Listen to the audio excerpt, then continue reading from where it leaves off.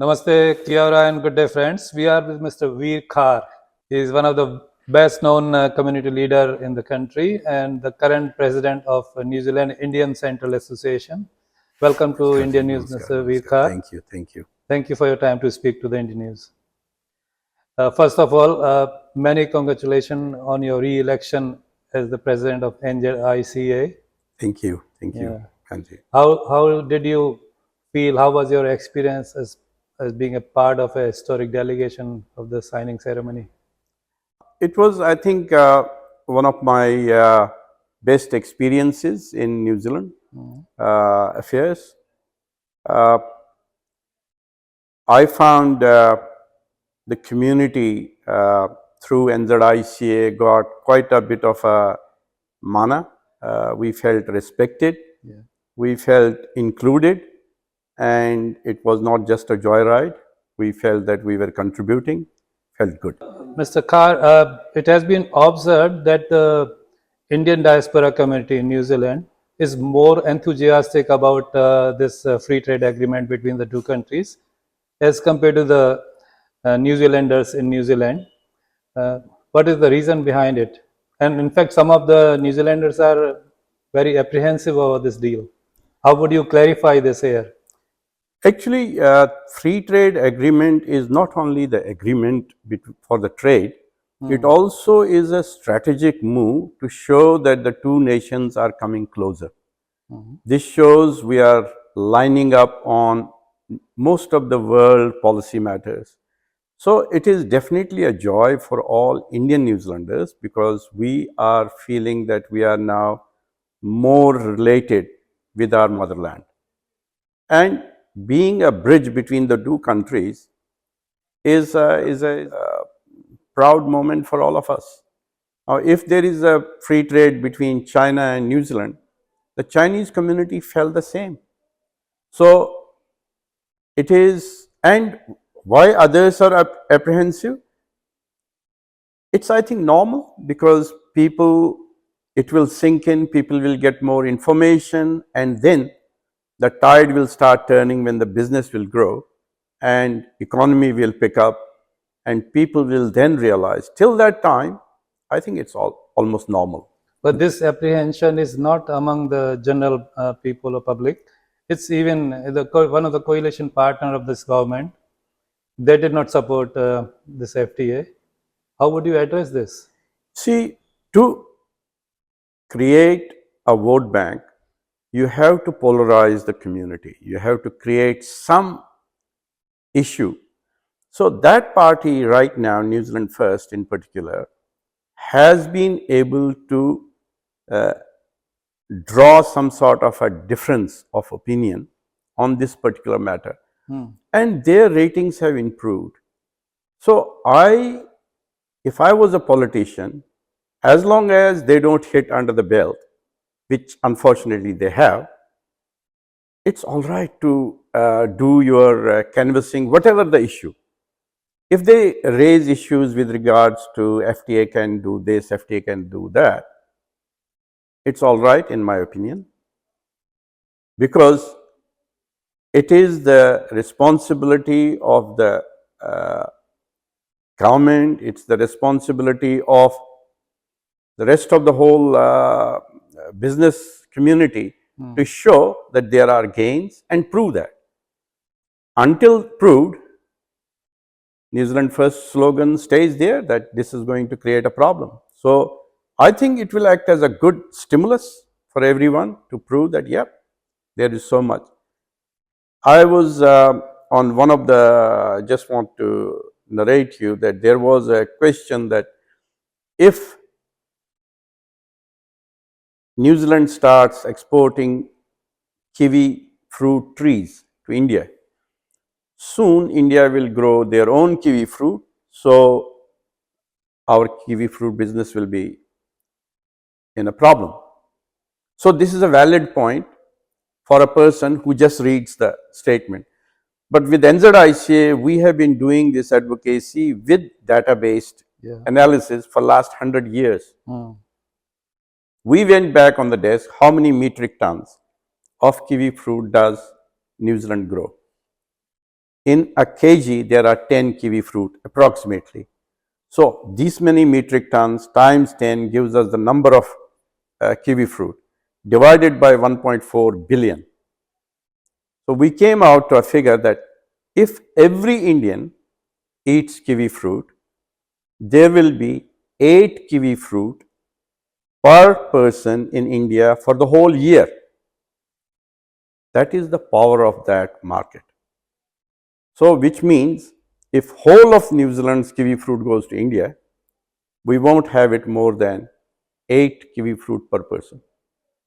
So go on producing, India will receive the whole of it. So in real terms, this free trade agreement is more beneficial to New Zealand than to India. This is what you want to say? 100%, not 99%.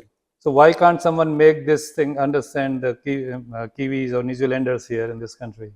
It is not to be. Whose job is this to explain this to the New Zealanders? I say time will tell the difference. When we met in this trip to various Indian business people, there is so much of enthusiasm, both receiving the goods and sending the goods. And I think Indians are good in trade. We must give that to Indians, that we have to prove it by figures, not by saying. But how do you answer to this butter chicken tsunami comment by Shane Jones? Honestly speaking, I know Shane Jones for many years. He has been a very stable and, I'll say, all right politician. When he is using these words, I think it is exhibition of a bit of a frustration. At that level, you don't use that word. You don't say that I am only finding Singhs and Patel. This is a frustration which, when you don't have the right kind of argument, you start raising this. Now, I personally, and as president of NZICA, would say park it or ignore it.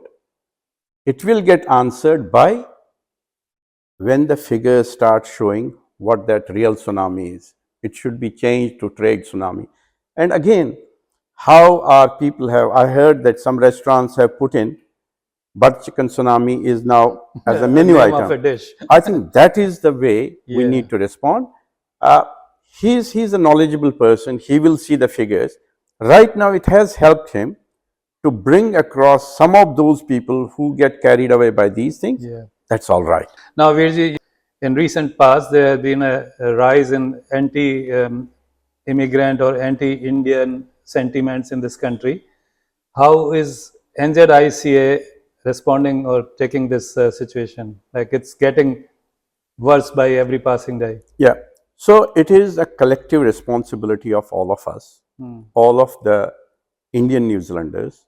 First, we should not join the, like if somebody raises a negativity, we don't counter it with negativity. It is not that we are going to present next cheek. It's not going to be like that. But what it is going to be, they are attacking free trade agreement. It is not us who have signed. We don't have to defend it. Government will defend it, leave it with them. So we should understand what's our role. Our role is, if we are having 2 employees, we should pay them correctly. We don't, the moment we get drawn into some litigation that you have not paid, we show that we are undercutting. When we come to New Zealand as a visitor or as a person who is coming here to do trade, your visa rules are there, follow it. We want to follow the rules, but if we just keep track on that, we are a very important component of this economy. If Prime Minister says that, if leader of the opposition says that, we don't have to get every Tom, Dick and Harry to prove that. Now, there are people who are laid off from their jobs. Now, they want to attribute some reason, and if somebody is giving the reason, it's Indian New Zealanders who is taking it. That is ignorant, or the blind leading the, what is that, one-eyed leading the blind. That's their problem. I think we will not get distracted into it. Yeah. We will continue on the correct path, and we will prove that all those people who are very apprehensive or being negative about Indians, there are some comments about those who are using Indians in their businesses, and they say my business would not run. Yeah. And this is not an Indian New Zealander, it can be a European New Zealander saying, or a Maori New Zealander. I come across so many people, I talk to so many people, the story is totally different. So sometimes if Facebook shows something, it is concerning, but I think we need to stay on track what we are doing. Now, Veerji, Prime Minister Narendra Modi's visit is announced. He is visiting country in the month of July. What we should expect as the Indian diaspora in this country and the New Zealander in general out of this visit? So Prime Minister Modi is coming in July. Yeah. We have also been informed. He will come, he will have interaction with the government of New Zealand. There may be interaction with some business community, and there may be interaction with the general wider community. When it comes to wider community, we as New Zealand Indian Central Association, being the, I'll say, one of the main bodies in New Zealand, And the oldest one as well. oldest bodies, we would play a role, and we will ensure to present the best face of Indian New Zealanders. We are proud of this great leader for leading the great nation of India, bringing change to this big country. And we will ensure the Atithi Devo Bhava, which is a Sanskrit word saying that whenever there is a guest, he is treated like a god. That's what we'll do. Do you think Prime Minister Narendra Modi's visit to New Zealand can create that warmth which they share with their big brother Australia? I think it will. Mr. Modi is a charismatic person, and having won recent elections in Bengal has further put a major stamp on his acceptance as a leader. Yeah. The way he is playing in the World Forum, the way he is keeping a balance, is all a proud moment for India, and we, having links with India, we feel that pride to be shared. So there are factors which we must realize, that sometimes a person saying here, a responsible person opposing Indians or opposing FTA may have some other motives, may be supported by somebody. Now, if there are two shirts to be purchased and both shirts were coming from one area, now it will be one shirt coming from India, one shirt from that previous area. That person is losing some business. Certainly. So they may try to prop up certain things. So all educated, all people who are in the helms of affairs, they understand it more than what I am saying. So they will take, and again, this is part of life. Now, Veerji, elections in New Zealand are just few months away from now. What advice would you want to give to the Indian diaspora in the country about these elections? See, I am a bit concerned that we didn't have any representation in National Party in the last elections. Yeah. This time, I am again seeing that where we are getting opportunity of representation may be just a lip service. This is dangerous, and if we now look at the other political parties, I am not yet sure how it's going to shape up, but the community, I am pretty sure there may be 15% already aligned with National, 15% already aligned with Labour, but we 70%, me included, have not decided, and we will decide at the right time. So, how is NZICA is shaping the future of Indian diaspora in New Zealand, evolving social or political landscape? So, NZICA has been formed for mainly for major service and advocacy. This is our forte. So, when there was India-China war, NZICA was the first to provide, out of any diaspora, to provide support to India. When Indian High Commission stopped functioning in early 80s, NZICA opened the office to do similar services. Like if you needed Indian visa, you could apply for and give us the application. We'll collect all the applications and send them to whichever office. I think it was in Australia. Yeah. So in that, we have always been there, always stepped in. We have chipped in wrong legislation slowly and slowly to a level where now we are almost on the level playing fields. As I said, almost, that means there are still jobs to be done. And these jobs, be it immigration, like I'll say for the last 1 year, we have tried to meet immigration minister, we have failed. So that is a job to continue. So why? Because I think you must have seen that statement also, that she prefers those emails to go into the junk. That's all right. When the elections come, we talk about these things, help people to make decisions. A student, even student who is paying the fees, wants to come to New Zealand, will not get visa first time. He gets second time, third time, just 3 application fees.